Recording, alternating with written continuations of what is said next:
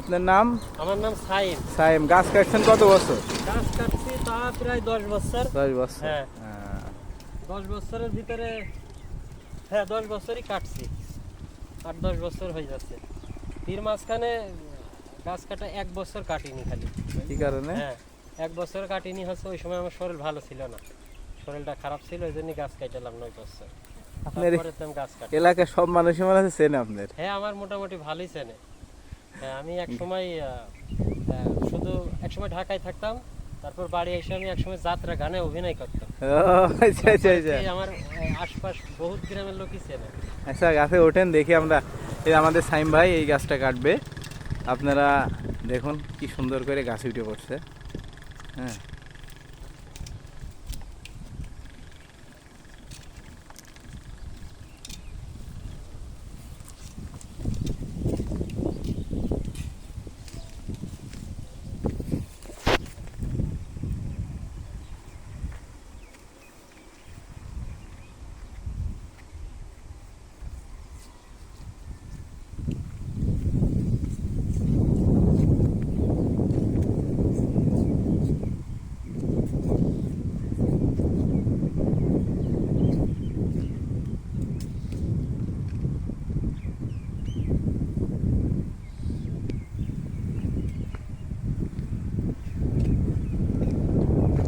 এক কল কাটা হয়ে গেল। এক কল কাটা হয়ে গেল না?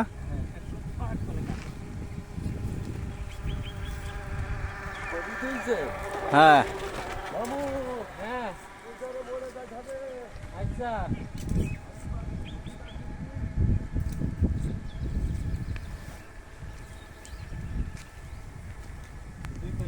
2 কলি কাটা শেষ। এবার গাছে ভার দেবো। ওইটা দিয়ে টাইনছেন, ওইটা কি? এই হলো মেসাক। হ্যাঁ এই যে গাছের এইগুলো পরিষ্কার করে দিলি যে রসটা আসা জায়গা হ্যাঁ একবারে ফিরে আসবে রসটা, হ্যাঁ ভিজি দিলি সাইড দিয়ে আসতে হবে না। এই যে আমার কাটা শেষ।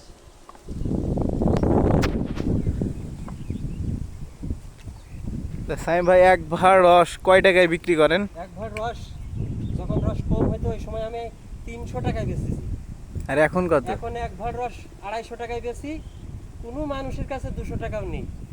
আর 1 কেজি গুড় 300 টাকা নেই, আবার কোনো মানুষের কাছে 250 টাকাও নেই।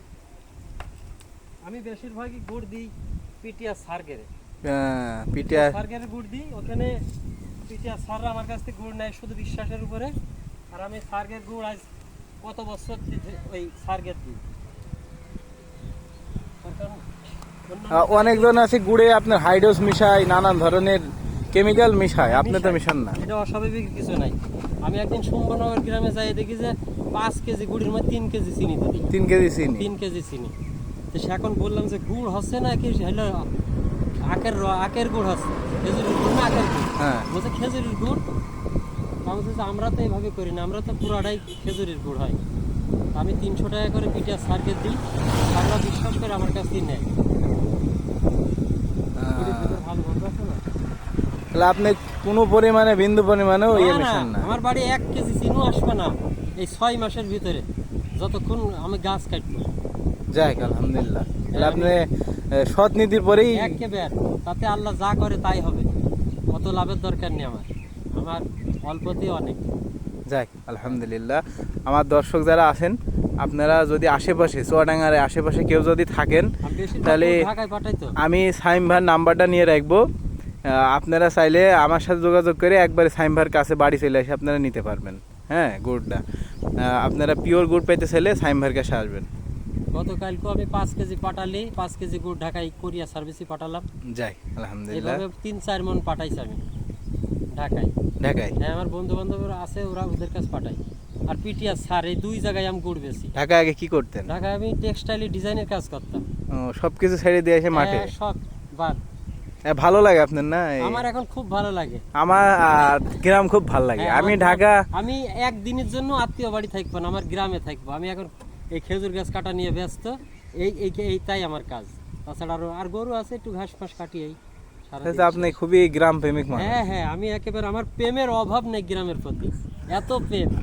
মাশাল্লাহ